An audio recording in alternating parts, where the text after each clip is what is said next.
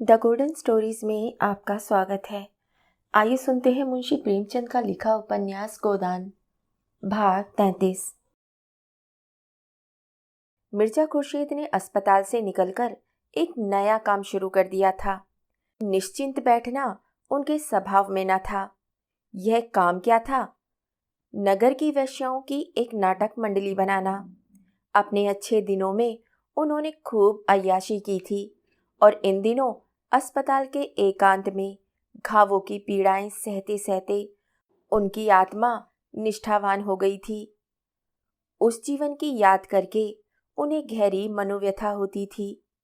उस वक्त अगर उन्हें समझ होती तो वे प्राणियों का कितना उपकार कर सकते थे, कितनों के शोक और दरिद्रता का भार हल्का कर सकते थे।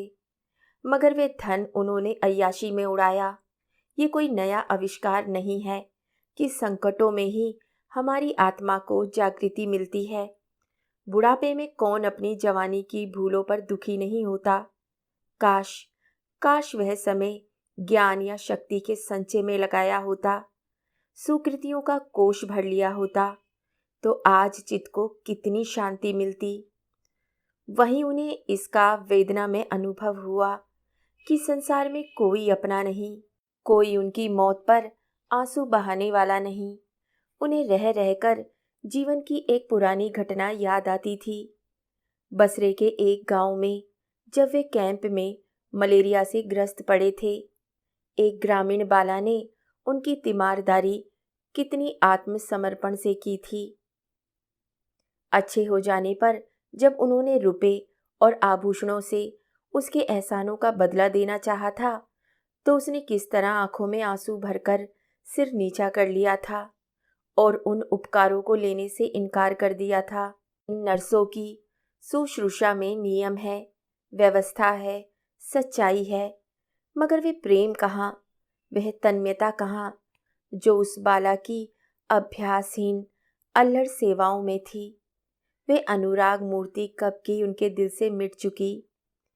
वे उससे फिर आने का वादा करके कभी उसके पास न गए। विलास के उन्माद में कभी उसकी याद ही ना आई भी तो उसमें केवल दया थी, प्रेम न था। मालूम नहीं उस बाला पर क्या गुजरी, मगर आजकल उसकी वह आतुर, नम्र, शांत, सरल मुद्रा बराबर उनकी आंखों के सामने फिरा करती। काश उससे विवाह कर लिया होता तो आज जीवन में कितना रस होता। और उसके प्रति अन्याय के दुख ने उस संपूर्ण वेग को उनकी सेवा और सहानुभूति का पात्र बना दिया। जब तक नदी बाढ़ पर थी, उसके गंदले तेज फैनिल प्रवाह में प्रकाश की किरणें बिखर कर रह जाती थी। अब प्रवाह स्थिर और शांत हो गया था और रश्मियां उसकी तह तक पहुंच रही थी। मिर्जा साहब वसंत की इस शीतल संध्या में अपने झोपड़े के बरामदे में दो वीरांगनाओं के साथ बैठे कुछ बातचीत कर रहे थे कि मिस्टर मेहता पहुंचे। मिर्जा ने बड़े तपाक से हाथ मिलाया और बोले, मैं तो आपकी खातिरदारी का सामान लिए आपकी राह देख रहा था। दोनों सुंदरियां मुस्कुराई। मेहता कट गए।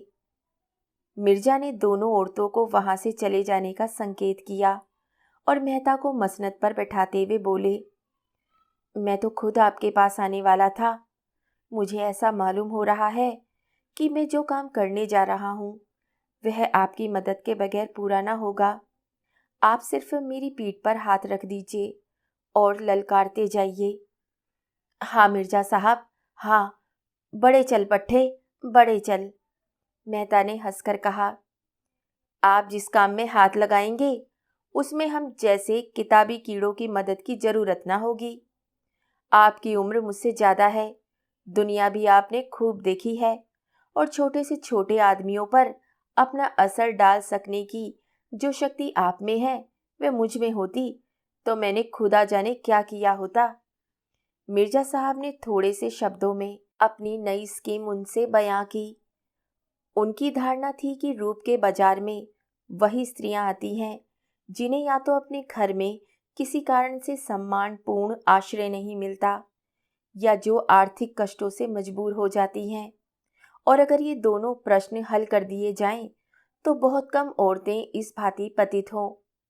मेहता ने अन्य विचारवान सज्जनों की भांति इस प्रश्न पर काफी विचार किया था और उनका ख्याल था कि मुख्यतः मन के संस्कार और भोग लालसा ही औरतों को इस ओर खींचती है। इसी बात पर दोनों मित्रों में बहस छिड़ गई। दोनों अपने अपने पक्ष पर अड़ गए। मेहता ने मुट्ठी बांधकर हवा में पटकते हुए कहा, आपने इस प्रश्न पर ठंडे दिल से गौर नहीं किया। रोजी के लिए और बहुत से जरिए हैं, मगर साहब ऐश की भूख रोटियों से नहीं जाती। उसके लिए दुनिया के अच्छे से अच्छे पदार्थ चाहिए। जब तक समाज की व्यवस्था ऊपर से नीचे तक बदल न डाली जाए, इस तरह की मंडली में कोई फायदा न होगा। मिर्जा ने मूछें खड़ी की। और मैं कहता हूं कि यह महज रोजी का सवाल है। हाँ, ये सवाल सभी आदमियों के लिए एक सा नहीं है। मजदूर के लिए वे महज आटे दाल और एक फूस की झोपड़ी का सवाल है। एक वकील के लिए वह एक कार और बंगले और खिदमतदारों का सवाल है। आदमी महज रोटी नहीं चाहता, और भी बहुत सी चीजें चाहता है। अगर औरतों के सामने भी वह प्रश्न तरह तरह की सूरतों में आता है तो उनका क्या कसूर है? डॉक्टर मेहता अगर जरा गौर करते तो उन्हें मालूम होता कि उनमें और मिर्जा में कोई भेद नहीं, केवल शब्दों का हेरफेर है। पर बहस की गर्मी में गौर करने का धैर्य कहाँ। गर्म होकर बोले, मुआफ कीजिए मिर्जा साहब, जब तक दुनिया में दौलत वाले रहेंगे वेश्याएं भी रहेंगी। मंडली अगर सफल भी हो जाए, हालांकि मुझे उसमें बहुत संदेह है, तो आप 10-5 औरतों से ज़्यादा उनमें कभी ना ले सकेंगे, और वह भी थोड़े दिनों के लिए। सभी औरतों में नाट्य करने की शक्ति नहीं होती, उसी तरह जैसे सभी आदमी कवि नहीं हो सकते। और यह भी मान ले कि वेश्याएं आपकी मंडली में स्थायी रूप से टिक जाएंगी, तो भी बाजार में उनकी जगह खाली न रहेगी। जड़ पर जब तक कुल्हाड़े न चलेंगे, पत्तियां तोड़ने से कोई नतीजा नहीं। दौलत वालों में कभी कभी ऐसे लोग निकल आते हैं जो सब कुछ त्याग कर खुदा की याद में जा बैठते हैं, मगर दौलत का राज्य बदस्तूर कायम है, उसमें जरा भी कमजोरी नहीं आने पाई। मिर्जा को मेहता की हठ धर्मी पर दुख हुआ। इतना पढ़ा लिखा विचारवान आदमी इस तरह की बातें करे, समाज की व्यवस्था क्या आसानी से बदल जाएगी? वह तो सदियों का मामला है। तब तक क्या वह अनर्थ होने दिया जाए, उसकी रोकथाम न की जाए? इन अबलाओं को मर्दों की लिप्सा का शिकार होने दिया जाए? क्यों न शेर को पिंजरे में बंद कर दिया जाए कि वे दांत और नाखून होते हुए भी किसी को हानि ना पहुंचा सके? क्यों उस वक्त तक चुपचाप बैठा रहा जाए जब तक शेर अहिंसा का व्रत न ले ले? दौलत वाले और जिस तरह चाहें अपनी दौलत उड़ाएं, मिर्जा जी को गम नहीं। शराब में डूब जाएं, कारों की माला गले में डाल लें, किले बनवाएं, धर्मशालाएं और मस्जिदें खड़ी करें, उन्हें कोई परवाह नहीं। अबलाओं की जिंदगी न खराब करें, ये मिर्जा जी नहीं देख सकते। वे रूप के बाजार को ऐसा खाली कर देंगे कि दौलत वालों की अशर्फियों पर कोई थूकने वाला भी ना मिले। क्या जिन दिनों शराब की दुकानों की पिकेटिंग होती थी, अच्छे अच्छे शराबी पानी पीकर दिल की आग नहीं बुझाते थे? मेहता ने मिर्जा की बेवकूफ़ी पर हंसकर कहा, आपको मालूम होना चाहिए कि दुनिया में ऐसे मुल्क भी हैं जहां वैश्याएं नहीं हैं, मगर अमीरों की दौलत वहां भी दिलचस्पियों के समान पैदा कर लेती हैं। मिर्जा जी मेहता की जड़ता पर हंसे। जानता हूं मेहरबान, जानता हूं, आपकी दुआ से दुनिया देख चुका हूं, मगर ये हिंदुस्तान है, यूरोप नहीं है। इंसान का स्वभाव सारी दुनिया में एक सा है, मगर यह भी मालूम रहे कि हर एक कौम में एक ऐसी चीज होती है जिसे उसकी आत्मा कह सकते हैं। अस्मत, सतीत्व, हिंदुस्तानी तहजीब की आत्मा है। अजी अपने मुंह मियाँ मिट्ठू बन लीजिए। दौलत की आप इतनी बुराई करते हैं, फिर भी खन्ना की हिमायत करते नहीं थकते, ना कहिएगा। मेहता का तेज विदा हो गया। नम्र भाव से बोले, मैंने खन्ना की हिमायत उस वक्त की है जब वे दौलत के पंजे से छूट गए हैं। और आजकल उनकी हालत आप देखें तो आपको दया आएगी। और मैं क्या हिमायत करूँगा, जिसे अपनी किताबें और विद्यालय से छुट्टी नहीं, ज़्यादा से ज़्यादा सूखी हमदर्दी ही तो कर सकता हूँ। हिमायत की है मिस मालती ने कि खन्ना को बचा लिया। इंसान के दिल की गहराइयों में त्याग और कुर्बानी की कितनी ताकत छिपी होती है, इसका मुझे अब तक तजुर्बा न हुआ था। आप भी एक दिन खन्ना से मिलाइए, फूले न समाइएगा। इस वक्त उन्हें जिस चीज़ की सबसे ज़्यादा ज़रूरत है वह हमदर्दी है। मिर्जा ने जैसे अपनी इच्छा के विरुद्ध कहा, आप कहते हैं तो जाऊंगा। आपके साथ जहन्नुम में जाने में भी मुझे उज्र नहीं, मगर मिस मालती से तो आपकी शादी होने वाली थी। बड़ी गर्म खबर थी। मेहता ने झेपते हुए कहा, तपस्या कर रहा हूँ, देखिए कब वरदान मिले। अजी वह तो आप पर मरती थी। मुझे भी यही वहम हुआ था, मगर जब मैंने हाथ बढ़ाकर उसे पकड़ना चाहा तो देखा वह आसमान में जा बैठी है। उस ऊंचाई तक तो क्या मैं पहुंचूंगा। आरजू मिन्नत कर रहा हूं कि नीचे आ जाए। आजकल तो वे मुझसे बोलती भी नहीं। ये कहते हुए मेहता जोर से रोती हुई हंसी हंसे और उठ खड़े हुए। मिर्जा ने पूछा, अब फिर कब मुलाकात होगी? अब की आपको तकलीफ करनी पड़ेगी। खन्ना के पास जाइएगा जरूर। जाऊंगा। मिर्जा ने खिड़की से मेहता को जाते देखा। चाल में वे तेजी ना थी, जैसे किसी चिंता में डूबे हुए हों। डॉक्टर मेहता परीक्षक से परीक्षार्थी हो गए हैं। मालती से दूर दूर रहकर उन्हें ऐसी शंका होने लगी है कि उसे खो ना बैठे। कई महीनों से मालती उनके पास ना आई थी, और जब वे विफल होकर उसके घर गए तो मुलाकात ना हुई। जिन दिनों रुद्रपाल और सरोज का प्रेम कांड चलता रहा, तब तो मालती उनकी सलाह लेने प्राय एक दो बार रोज आती थी। पर जब से दोनों इंग्लैंड चले गए थे, उसका आना जाना बंद हो गया था। घर पर भी मुश्किल से मिलती। ऐसा मालूम होता था जैसे वे उनसे बचती है, जैसे बलपूर्वक अपने मन को उनकी ओर से हटा लेना चाहती है। जिस पुस्तक में वे इन दिनों लगे हुए थे, वे आगे बढ़ने से इनकार कर रही थी, जैसे उनका मनोयोग लुप्त हो गया हो। गृह प्रबंध में तो वे कभी बहुत कुशल ना थे। सब मिलाकर 1,000 रुपये से अधिक महीने में कमा लेते थे, मगर बचत एक धेले की भी ना होती थी। रोटी दाल खाने के सिवा और उनके हाथ कुछ ना था। तकल्लुफ अगर कुछ था तो वे उनकी कार थी, जिसे वे खुद ड्राइव करते थे। कुछ रुपए किताबों में उड़ जाते, कुछ चंदों में, कुछ गरीब छात्रों की परवरिश में, और अपने बाग की सजावट में, जिससे उन्हें इश्क सा था। तरह तरह के पौधे और वनस्पतियां विदेशों से महंगे दामों मंगाना और उनको पालना, यही उनका मानसिक चटोरपन था, या इसे दिमागी अय्याशी कहें। मगर इधर कई महीनों से उस बगीचे की ओर से भी वे कुछ विरक्त से हो रहे थे, और घर का इंतजाम और भी बदतर हो गया था। खाते 2 फुलके और खर्च हो जाते 100 से ऊपर। अचकन पुरानी हो गई थी, मगर इसी पर उन्होंने कड़ाके का जाड़ा काट दिया। नई अचकन सिलवाने की तौफीक न हुई थी। कभी कभी बिना घी की दाल खाकर उठना पड़ता। कब घी का कनस्तर मंगाया था, इसकी उन्हें याद ही ना थी। और महाराज से पूछे भी तो कैसे? वे समझेगा नहीं कि उस पर अविश्वास किया जा रहा है। आखिर एक दिन जब 3 निराशाओं के बाद चौथी बार मालती से मुलाकात हुई और उसने इनकी यह हालत देखी, तो उससे रहा ना गया। बोली, तुम क्या आपकी जाड़ों यूं ही काट दोगे? ये अचकन पहनते तुम्हें शर्म भी नहीं आती? मालती उनकी पत्नी ना होकर भी उनके इतनी समीप थी कि ये प्रश्न उसने उसी सहज भाव से किया जैसे अपने किसी आत्मीय से करती। मेहता ने बिना झेपे हुए कहा, क्या करूं मालती, पैसा तो बचता ही नहीं। मालती को आश्चर्य हुआ।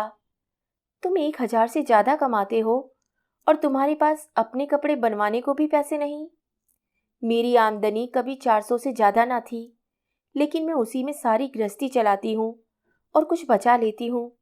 आखिर तुम क्या करते हो? मैं एक पैसा भी फालतू खर्च नहीं करता मालती। मुझे कोई ऐसा शौक नहीं है। अच्छा, मुझसे रुपए ले जाओ और एक जोड़ी अचकन बनवा लो। मेहता ने लज्जित होकर कहा। अब की बनवा लूंगा, सच कहता हूँ। अब आप यहाँ आए तो आदमी बनकर आए। यह तो बड़ी कड़ी शर्त है। कड़ी सही, तुम जैसों के साथ बिना कड़ाई लिए काम नहीं चलता। मगर वहां तो संदूक खाली था और किसी दुकान पर बेपैसे जाने का साहस न पड़ता था। मालती के घर जाए तो कौन मुंह लेकर, दिल में तड़प तड़प कर रह जाते। एक दिन नई विपत्ति आ पड़ी। इधर कई महीने से मकान का किराया नहीं दिया था। 75 रुपये माहवार बढ़ते जाते थे। मकानदार ने जब बहुत तकाजे करने पर भी रुपए वसूल ना कर पाए तो नोटिस दे दी। मगर नोटिस रुपए गढ़ने का कोई जंतर तो है नहीं। नोटिस की तारीख निकल गई और रुपए ना पहुंचे। तब मकानदार ने मजबूर होकर नालिश कर दी। वह जानता था मेहता जी बड़े सज्जन और परोपकारी पुरुष हैं, लेकिन इससे ज़्यादा भलमनसी वे क्या करता कि 6 महीने बैठा रहा। मेहता ने किसी तरह की पैरवी ना की। एक तरफा डिग्री हो गई। मकानदार ने तुरंत डिग्री जारी कराई और कुर्क अमीन मेहता साहब के पास पूर्व सूचना देने आया, क्योंकि उसका लड़का यूनिवर्सिटी में पढ़ता था और उसे मेहता कुछ वजीफा भी देते थे। संयोग से उस वक्त मालती भी बैठी थी। बोली, कैसी कुर्की है, किस बात की? अमीन ने कहा, वही किराए की डिग्री जो हुई थी। मैंने कहा हुजूर को इतला दे दूं, 400-500 का मामला है, कौन सी बड़ी रकम है। 10 दिन में भी रुपए दे दीजिए तो कोई हरज नहीं। मैं महाजन को 10 दिन तक उलझाए रहूंगा। अब जमीन चला गया तो मालती ने तिरस्कार भरे स्वर से पूछा, अब यहां तक नौबत पहुंच गई? मुझे आश्चर्य होता है कि तुम इतने मोटे मोटे ग्रंथ कैसे लिखते हो। मकान का किराया 6-6 महीने से बाकी पड़ा है और तुम्हें खबर नहीं? मेहता ने लज्जा से सिर झुकाकर बोला, खबर क्यों नहीं है, लेकिन रुपए बचते ही नहीं। मैं एक पैसा भी व्यर्थ नहीं खर्च करता। कोई हिसाब किताब भी लिखते हो? हिसाब क्यों नहीं रखता, जो कुछ पाता हूँ वे सब दर्ज करता जाता हूँ। नहीं, इनकम टैक्स वाले जिंदा ना छोड़ें। और जो कुछ खर्च करते हो वह? उसका तो कोई हिसाब ही नहीं रखता। क्यों भला? अरे कौन लिखे, बोझ सा लगता है। अच्छा, और ये पोथे कैसे लिख डालते हो? उसमें तो विशेष कुछ नहीं करना पड़ता, कलम लेकर बैठ जाता हूँ। हर वक्त खर्च का खाता तो खोलकर नहीं बैठता। तो रुपए कैसे अदा करोगे? अब किसी से कर्ज ले लूंगा। तुम्हारे पास हो तो दे दो। मैं तो एक ही शर्त पर दे सकती हूँ, तुम्हारी आमदनी सब मेरे हाथों में आए और खर्च भी मेरे हाथों से हो। मेहता ने प्रसन्न होकर कहा, वाह, अगर यह भार ले लो तो क्या कहना, मुसलो ढोल बजाऊं। मालती ने डिग्री के रुपए चुका दिए और दूसरे ही दिन मेहता को वे बंगला खाली करने पर मजबूर किया। अपने बंगले में उसने उनके लिए 2 बड़े बड़े कमरे दे दिए। उनके भोजन आदि का प्रबंध भी अपनी ही गृहस्थी में कर दिया। मेहता के पास और सामान तो ज़्यादा ना था, मगर किताबें कई गाड़ी थी। उनके दोनों कमरे पुस्तकों से भर गए। अपना बगीचा छोड़ने का उन्हें जरूर कलक हुआ, लेकिन मालती ने अपना पूरा अहाता उनके लिए छोड़ दिया, जो फूल पत्तियां चाहें लगाएं। मेहता तो निश्चिंत हो गए, लेकिन मालती को उनकी आय व्यय पर नियंत्रण करने में बड़ी मुश्किल का सामना करना पड़ा। उसने देखा आय तो 1000 से ज़्यादा है, मगर वे सारी की सारी गुप्त दान में उड़ जाती है। 20-25 लड़के उन्हीं से वजीफा पाकर विद्यालय में पढ़ रहे थे। विधवाओं की तादाद भी इससे कम ना थी। इस खर्च में कैसे कमी करे, यह उसे ना सूझता था। सारा दोष उसी के सिर पर मढ़ा जाएगा, सारा अपयश उसी के हिस्से पड़ेगा। कभी मेहता पर झुंझलाती, कभी अपने ऊपर, कभी प्रार्थियों के ऊपर, जो एक सरल उदार प्राणी पर अपना भार रखते जरा भी ना सकुचाते थे। ये देखकर और भी झुंझलाहट होती थी कि इन दान लेने वालों में कुछ तो इसके पात्र ही ना थे। एक दिन उसने मेहता को आड़े हाथों लिया। मेहता ने उसका आक्षेप सुनकर निश्चिंत भाव से कहा, तुम्हें अख्तियार है, जिसे चाहे दो चाहे ना दो, मुझसे पूछने की कोई ज़रूरत नहीं। हाँ, जवाब भी तुम्ही को देना पड़ेगा, मालती ने चिढ़कर कहा। हाँ हाँ, और क्या, यश तो तुम लो, अपयश मेरे सिर मढ़ो। मैं नहीं समझती तुम किस तर्क से इस दान प्रथा का समर्थन कर सकते हो। मनुष्य जाति को इस प्रथा ने जितना आलसी और मुफ्तखोर बनाया है, उसके आत्मगौरव पर जैसा आघात किया है, उतना तो अन्याय ने भी ना किया होगा। बल्कि मेरे ख्याल में अन्याय ने मनुष्य जाति में विद्रोह की भावना उत्पन्न करके समाज का बड़ा उपकार किया है, मेहता ने स्वीकार किया। मेरा भी यही ख्याल है। तुम्हारा ये ख्याल नहीं है? नहीं मालती, मैं सच कहता हूं। तो विचार और व्यवहार में इतना भेद क्यों? मालती ने तीसरे महीने बहुतों को निराश किया। किसी को साफ जवाब दिया, किसी से मजबूरी जताई, किसी की फजीहत की। मिस्टर मेहता का बजट तो धीरे धीरे ठीक हो गया, मगर इससे उनको एक प्रकार की ग्लानि हुई। मालती ने जब तीसरे महीने में 300 की बचत दिखाई, तब वे उससे कुछ बोले नहीं, मगर उनकी दृष्टि में उसका गौरव कुछ कम अवश्य हो गया। नारी में दान और त्याग होना चाहिए, उसकी यही सबसे बड़ी विभूति है। इसी आधार पर समाज का भवन खड़ा है। वणिक बुद्धि को वे आवश्यक बुराई ही समझते थे। जिस दिन मेहता की अचकनें बनकर आईं और नई घड़ी आई, वे संकोच के मारे कई दिन बाहर न निकले। आत्मसेवा से बड़ा उनकी नज़र में दूसरा अपराध न था। मगर रहस्य की बात यह थी कि मालती उनको तो लेखे ड्योढ़ में कसकर बांधना चाहती थी, उनके धन दान के द्वार बंद कर देना चाहती थी, पर खूब जीवन दान देने में अपने समय और सदाशयता को दोनों हाथों से लुटाती थी। अमीरों के घर तो वे बिना फीस लिए न जाती थी, लेकिन गरीबों को मुफ्त देखती थी, मुफ्त दवा भी देती थी। दोनों में अंतर इतना ही था कि मालती घर की भी थी और बाहर की भी। मेहता केवल बाहर के थे, घर उनके लिए न था। निजत्व दोनों मिटाना चाहते थे। मेहता का रास्ता साफ था, उन पर अपनी जात के सिवा और कोई जिम्मेदारी न थी। मालती का रास्ता कठिन था, उस पर दायित्व था, बंधन था, जिसे वे तोड़ न सकती थी, ना तोड़ना चाहती थी। उस बंधन में ही उसे जीवन की प्रेरणा मिलती थी। उसे अब मेहता को समीप से देखकर ये अनुभव हो रहा था कि वे खुले जंगल में विचरने वाले जीव को पिंजरे में बंद नहीं कर सकती, और बंद कर देगी तो वे काटने और नोचने दौड़ेगा। पिंजरे में सब तरह का सुख मिलने पर भी उसके प्राण सदैव सदैव जंगल के लिए ही तड़पते रहेंगे। मेहता के लिए घरबारी दुनिया एक अनजानी दुनिया थी, जिसकी रीति नीति से वे परिचित न थे। उन्होंने संसार को बाहर से देखा था और उसे मक्र और फरेब से ही भरा समझते थे। जिधर देखते थे उधर ही बुराइयां नजर आती, मगर समाज में जब गहराई में जाकर देखा तो उन्हें मालूम हुआ कि इन बुराइयों के नीचे त्याग भी है, प्रेम भी है, धैर्य भी है। मगर यह भी देखा कि वे विभूतियां हैं तो जरूर, पर दुर्लभ हैं। और इस शंका और संदेह में जब मालती का अंधकार से निकलता हुआ देवी रूप उन्हें नजर आया, तब वे उसकी ओर उतावलेपन के साथ सारा धैर्य खोकर टूटे और चाहा कि उसे ऐसे जतन से छिपा कर रखे कि किसी दूसरे की आंख भी उस पर न पड़े। ये ध्यान न रहा कि ये मोह ही विनाश की जड़ है। प्रेम जैसी निर्मम वस्तु क्या भय से बांध कर रखी जा सकती है? वह तो पूरा विश्वास चाहती है, पूरी स्वाधीनता चाहती है, पूरी जिम्मेदारी चाहती है। उसके पल्लवित होने की शक्ति उसके अंदर है। उसे प्रकाश और क्षेत्र मिलना चाहिए। वे कोई दीवार नहीं है जिस पर ऊपर से ईंटें रखी जाती हैं। उसमें तो प्राण है, फैलने की असीम शक्ति है।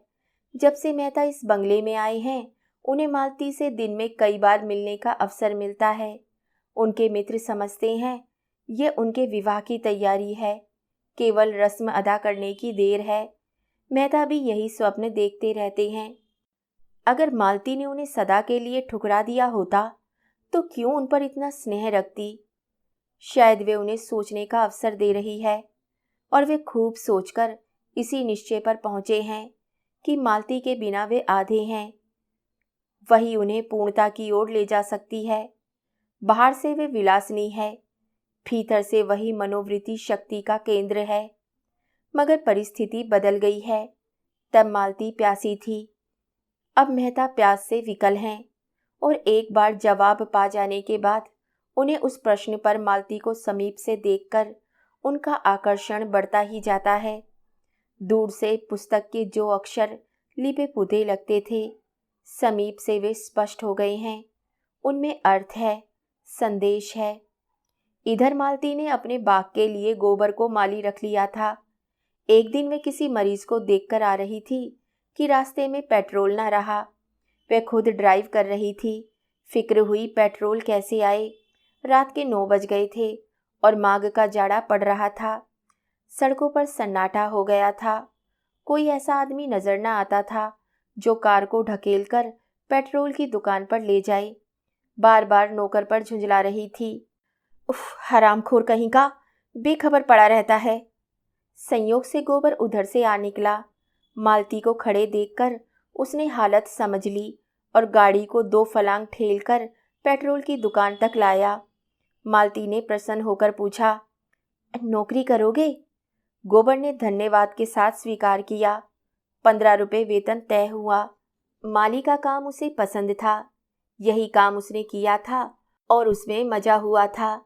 मिल की मजदूरी में वेतन ज़्यादा मिलता था, पर उस काम से उसे उलझन होती थी।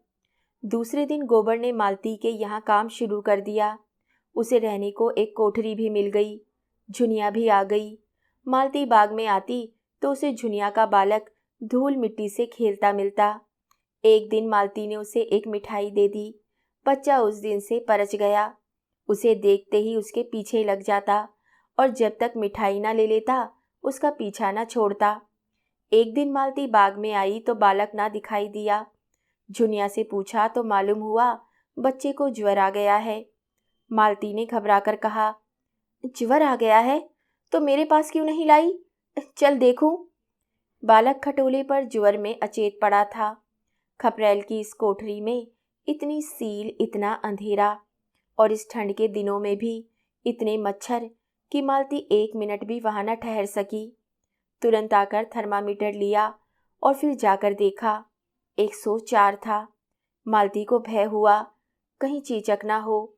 बच्चे को अभी तक टीका नहीं लगा था और अगर इस सीली कोठरी में रहा तो भय था कहीं ज्वर और ना बढ़ जाए।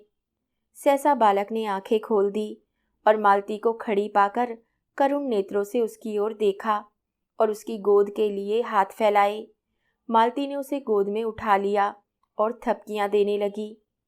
बालक मालती की गोद में आकर जैसे किसी बड़े सुख का अनुभव करने लगा। अपनी जलती हुई उंगलियों से उसके गले की मोतियों की माला पकड़कर अपनी ओर खींचने लगा। मालती ने नेकलेस उतारकर उसके गले में डाल दिया। बालक की स्वार्थी प्रकृति इस दशा में सजग थी। नेकलेस पाकर अब उसे मालती की गोद में रहने की जरूरत न थी। यहाँ उसके छिन जाने का भय था। जुनिया की गोद इस समय ज्यादा सुरक्षित थी। मालती ने खिले हुए मन से कहा, बड़ा चालाक है, चीज लेकर कैसे भागा? जुनिया ने कहा, दे दो बेटा, मेम साहब का है। बालक ने हार को दोनों हाथों से पकड़ लिया और माँ की ओर रोज से देखा। मालती बोली, तुम पहने रहो बच्चा, मैं मांगती नहीं हूँ। उसी वक्त बंगले में आकर उसने अपना बैठक का कमरा खाली कर दिया और उसी वक्त जुनिया उस नए कमरे में डट गई। मंगल ने उस स्वर्ग को कौतूहल भरी आंखों से देखा। छत में पंखा था, रंगीन बल्ब थे, दीवारों पर तस्वीरें थी। देर तक उन चीजों को टकटकी लगाए देखता रहा। मालती ने बड़े प्यार से पुकारा, मंगल। मंगल ने मुस्कुराकर उसकी ओर देखा, जैसे कह रहा हो, आज तो हंसा नहीं जाता मेम साहब, क्या करूं, आपसे कुछ हो सके तो कीजिए। मालती ने जुनिया को बहुत सी बातें समझाई और चलते चलते पूछा, तेरे घर में कोई दूसरी औरत हो तो गोबर से कह दे 2-4 दिन के लिए बुला लावे। मुझे चेचक का डर है। कितनी दूर है तेरा घर? चुनिया ने अपने गांव का नाम और पता बताया। अंदाजे से 18-20 कोस होगा। मालती को बेलारी याद था। बोली, वही गांव तो नहीं जिसके पश्चिम तरफ आध मील पर नदी है? हाँ हाँ मेम साहब, वही गांव है। आपको कैसे मालूम? एक बार हम लोग उस गांव में गए थे। होरी के घर पर ठहरे थे। तू उसे जानती है? अरे वे तो मेरे ससुर हैं मेम साहब। मेरी सास भी मिली होंगी। हाँ हाँ, बड़ी समझदार औरत मालूम होती थी। मुझसे खूब बातें करती रही। तो गोबर को भेज दे, अपनी माँ को बुला लाए। वे उन्हें बुलाने नहीं जाएंगे मेम साहब। क्यों? कुछ ऐसा कारण है। जुनिया को अपने घर का चौका बर्तन, झाड़ू बुहारी, रोटी पानी सभी कुछ करना पड़ता। दिन को तो दोनों चना चबेना खाकर रह जाते। रात को जब मालती आ जाती तो जुनिया अपना खाना पकाती और मालती बच्चे के पास बैठती।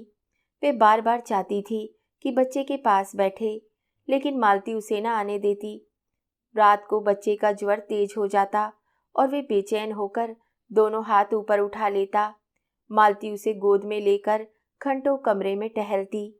चौथे दिन उसे चेचक निकल आई। मालती ने सारे घर को टीका लगाया, खुद टीका लगवाया, मेहता को भी लगाया। गोबर, जुनिया, महराज, कोई ना बचा। पहले दिन तो दाने छोटे थे और अलग अलग थे। जान पड़ता था छोटी माता है। दूसरे दिन जैसे खेल उठे और अंगूर के दाने के बराबर हो गए, और फिर कई कई दाने मिलकर बड़े बड़े आंवले जैसे हो गए। मंगल जलन और खुजली और पीड़ा से बेचैन होकर करुण स्वर में कराता और दीन असहाय नेत्रों से मालती की ओर देखता। उसका कराना भी प्रोड़ों का सा था और दृष्टि में भी प्रौढ़ता थी, जैसे वे एकाएक जवान हो गया हो। इस असह्य वेदना ने मानो उसके अबोध शिशुपन को मिटा डाला हो। उसकी शिशु बुद्धि मानो अज्ञान होकर समझ रही थी कि मालती ही के जतन से वे अच्छा हो सकता है। मालती जो ही किसी काम से चली जाती वह रोने लगता। मालती के आते ही चुप हो जाता। रात को उसकी बेचैनी बढ़ जाती और मालती को प्राय सारी रात बैठना पड़ जाता, मगर वह न कभी झुंझलाती न चिढ़ती। हाँ, जुनिया पर उसे कभी कभी अवश्य क्रोध आता, क्योंकि वे अज्ञान के कारण जो न करना चाहिए वह कर बैठती। गोबर और जुनिया दोनों की आस्था झाड़ फूक में अधिक थी। यहाँ उसको कोई अवसर न मिलता। उस पर जुनिया 2 बच्चे की माँ होकर बच्चे का पालन करना न जानती थी। मंगल दिक करता तो उसे डांटती कोसती। जरा सा भी अवकाश पाती तो जमीन पर सो जाती और सवेरे से पहले ना उठती। और गोबर तो उस कमरे में आते जैसे डरता था। मालती वहाँ बैठी है, कैसे जाए? जुनिया से बच्चे का हाल हवाल पूछ लेता और खाकर पड़ा रहता। उस चोट के बाद वे पूरा स्वस्थ ना हो पाया था। थोड़ा सा काम करके भी थक जाता। उन दिनों जब जुनिया घास बेचती थी और वे आराम से पड़ा रहता था, वे कुछ हरा हो गया था। मगर इधर कई महीने बोझ ढोने और चूने गारे का काम करने से उसकी दशा गिर गई थी। उस पर यहाँ काम बहुत था। सारे बाग को पानी निकालकर सींचना, क्यारियों को गोड़ना, घास छीलना, गायों को चारा पानी देना और दुहना। और जो मालिक इतना दयालु हो उसके काम में कामचोरी कैसे करे? ये एहसान उसे एक क्षण भी आराम से न बैठने देता। और जब मेहता खुद खुरपी लेकर बाग में काम करते तो वे कैसे आराम करता? वह खुद सूखता था पर बाग हरा हो रहा था। मिस्टर मेहता को भी बालक से स्नेह हो गया था। एक दिन मालती ने उसे गोद में लेकर उनकी मूछ उखड़वा दी थी। दुष्ट ने मूछों को ऐसा पकड़ा था कि समूल ही उखाड़ लेगा। मेहता की आंखों में आंसू भर आए थे। मेहता ने बिगड़कर कहा था, अरे बड़ा शैतान लौंडा है। मालती ने उन्हें डांटा था, तुम मुझे साफ क्यों नहीं कर लेते?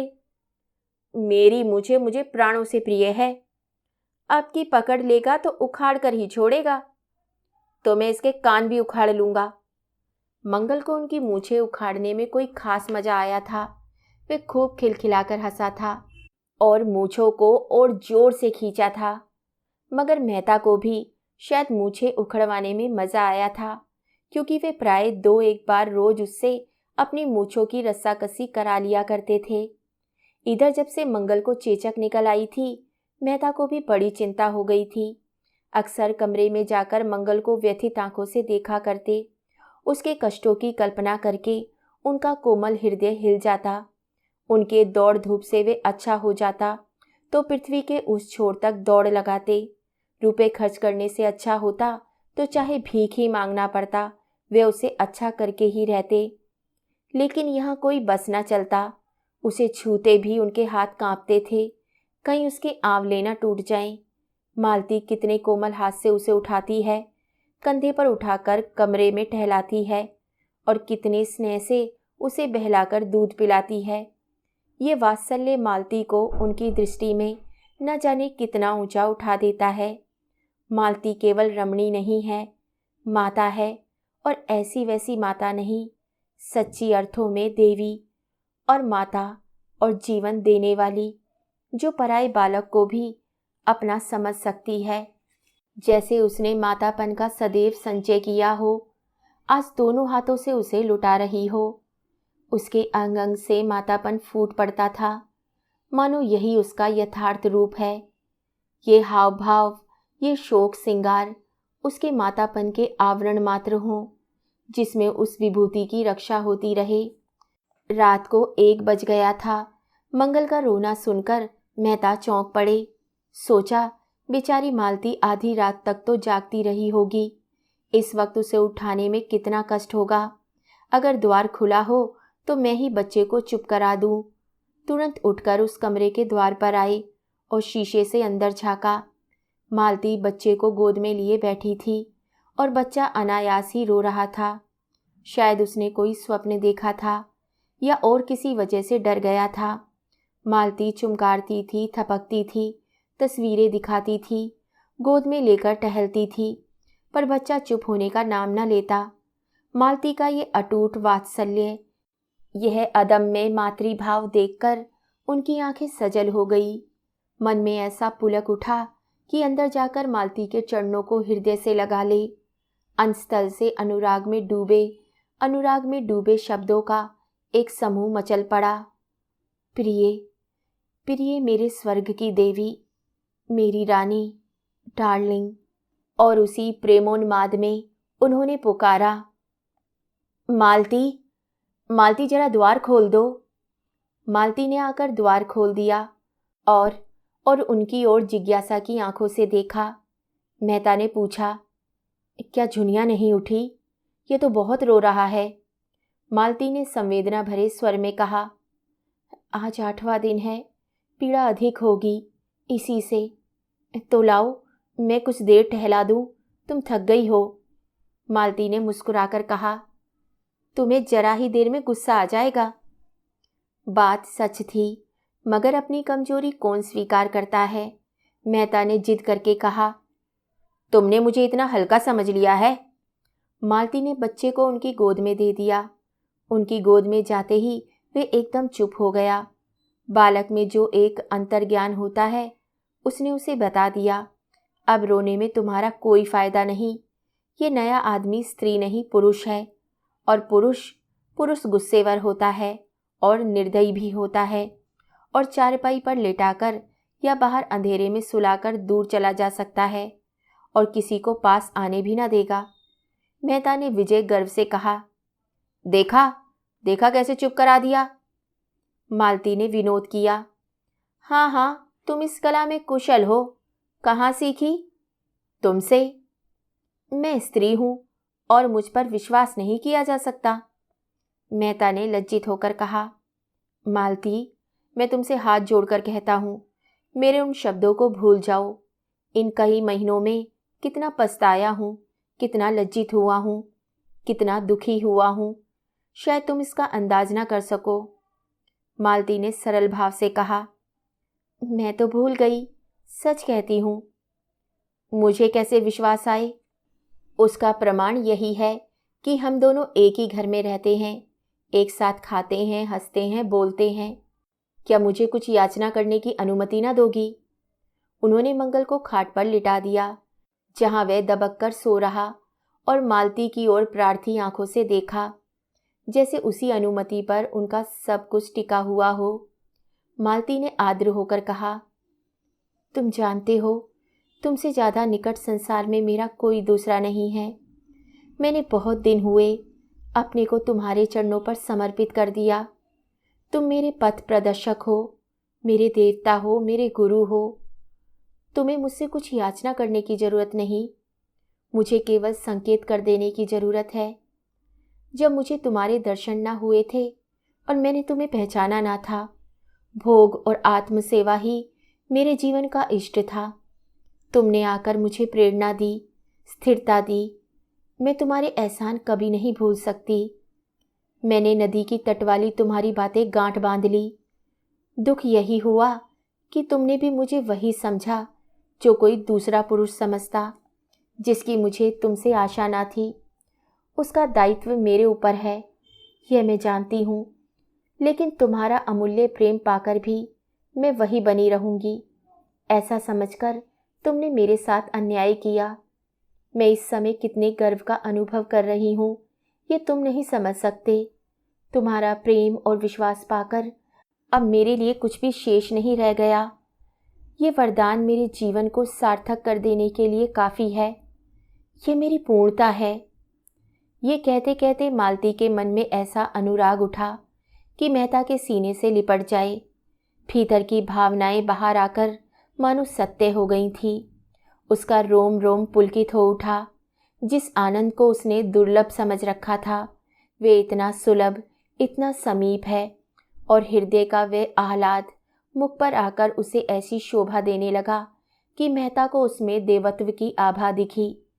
ये नारी है या मंगल की पवित्रता की ओर त्याग की प्रतिमा। उसी वक्त झुनिया जागकर उठ बैठी और मेहता अपने कमरे में चले गए, और फिर 2 सप्ताह तक मालती से कुछ बातचीत करने का अवसर उन्हें न मिला। मालती कभी उनसे एकांत में न मिलती। मालती के वे शब्द उनके हृदय में गूंजते रहते। उनमें कितनी सांत्वना थी, कितनी विनय थी, कितना नशा था। 2 सप्ताह में मंगल अच्छा हो गया।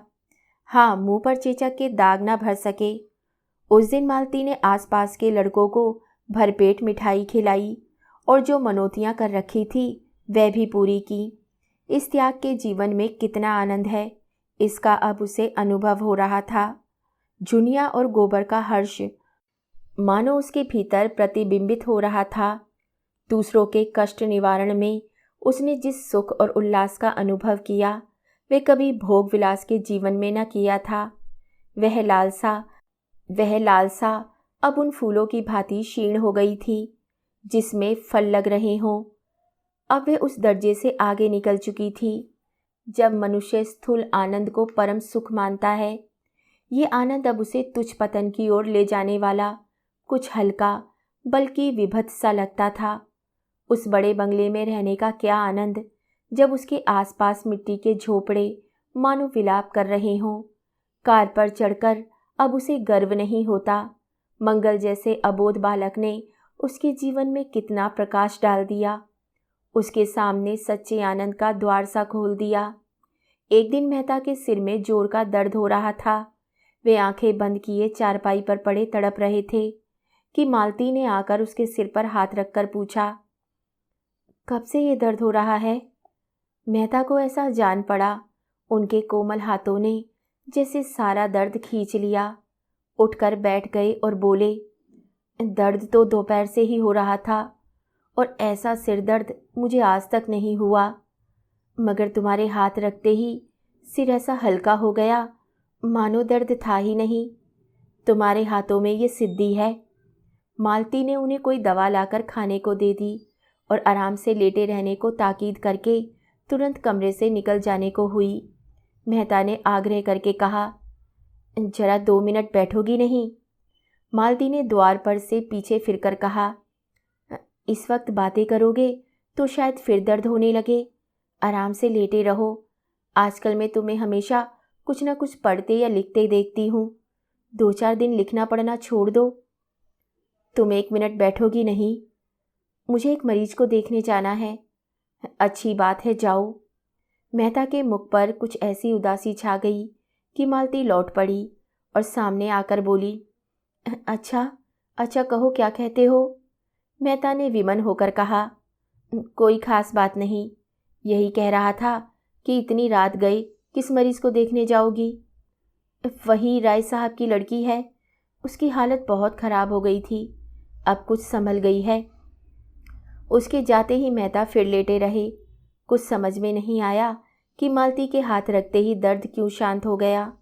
अवश्य ही उसमें कोई सिद्धि है और ये उसकी तपस्या का, उसकी कर्मण्य मानवता का ही वरदान है। मालती नारीत्व के उच्च ऊंचे आदर्श पर पहुंच गई थी, जहां वे प्रकाश के एक नक्षत्र सी नजर आती थी। अब वे प्रेम की वस्तु नहीं, श्रद्धा की वस्तु थी। अब वे दुर्लभ हो गई थी और दुर्लभता मनस्वी आत्माओं के लिए उद्योग का मंत्र है। मेहता प्रेम में जिस सुख की कल्पना कर रहे थे, उसे श्रद्धा ने और भी गहरा और भी स्फूर्ति में बना दिया। प्रेम में कुछ मान भी होता है, कुछ महत्व भी। श्रद्धा तो अपने को मिटा डालती है और अपने मिट जाने को ही अपना इष्ट बना लेती है। प्रेम अधिकार कराना चाहता है, जो कुछ देता है उसके बदले में कुछ चाहता है। श्रद्धा का चरम आनंद अपना समर्पण है, जिसमें अहम मान्यता का ध्वंस हो जाता है। मेहता का वे वृहत ग्रंथ समाप्त हो गया था, जिसे वे 3 साल से लिख रहे थे और जिसमें उन्होंने संसार के सभी दर्शन तत्वों का समन्वय किया था। ये ग्रंथ उन्होंने मालती को समर्पित किया और जिस दिन उसकी प्रतियां इंग्लैंड से आईं और उन्होंने एक प्रति मालती को भेंट की, वे उसे अपने नाम से समर्पित देखकर विस्मित भी हुई और दुखी भी। उसने कहा, यह तुमने क्या किया? मैं तो अपने को इस योग्य नहीं समझती। मेहता ने गर्व से कहा, लेकिन मैं तो समझता हूँ, यह तो कोई चीज़ नहीं। मेरे तो अगर 100 प्राण होते तो वे तुम्हारे चरणों पर न्यौछावर कर देता। मुझ पर, जिसने स्वार्थ सेवा के सिवा कुछ जाना ही नहीं। तुम्हारे त्याग का एक टुकड़ा भी मैं पा जाता तो अपने को धन्य समझता मालती। तुम देवी हो। पत्थर की, इतना और क्यों नहीं कहते? नहीं, त्याग की, मंगल की, पवित्रता की। तब तुमने मुझे खूब समझा। मैं और त्याग, मैं तुमसे सच कहती हूँ, सेवा या त्याग का भाव कभी मेरे मन में नहीं आया। जो कुछ करती हूँ प्रत्यक्ष या अप्रत्यक्ष स्वार्थ के लिए करती हूँ। मैं गाती इसलिए नहीं कि त्याग करती हूँ या अपने गीतों से दुखी आत्माओं को सांत्वना देती हूँ, बल्कि केवल इसलिए कि उससे मेरा मन प्रसन्न होता है। इसी तरह दवा दारू भी गरीबों को दे देती हूँ, केवल अपने मन को प्रसन्न करने के लिए। शायद मन का अहंकार इसमें सुख मानता है। तुम मुझे खामखा देवी बनाए डालते हो। अब तो इतनी कसर रह गई है कि धूप दीप लेकर मेरी पूजा करो। मेहता ने कातर स्वर में कहा, वह तो मैं बरसों से कर रहा हूँ मालती, और उस वक्त तक करता जाऊँगा जब तक वरदान न मिलेगा। मालती ने चुटकी ली। तो वरदान पा जाने के बाद शायद देवी को मंदिर से निकाल फेंको। मेहता संभल कर बोले, अब तो मेरी अलग सत्ता ही ना रहेगी। उपासक उपास्य में लीन हो जाएगा। मालती ने गंभीर होकर कहा, नहीं मेहता, मैं महीनों से इस प्रश्न पर विचार कर रही हूँ और अंत में मैंने ये तय किया है कि मित्र बनकर रहना स्त्री पुरुष बनकर रहने से कहीं सुखकर है।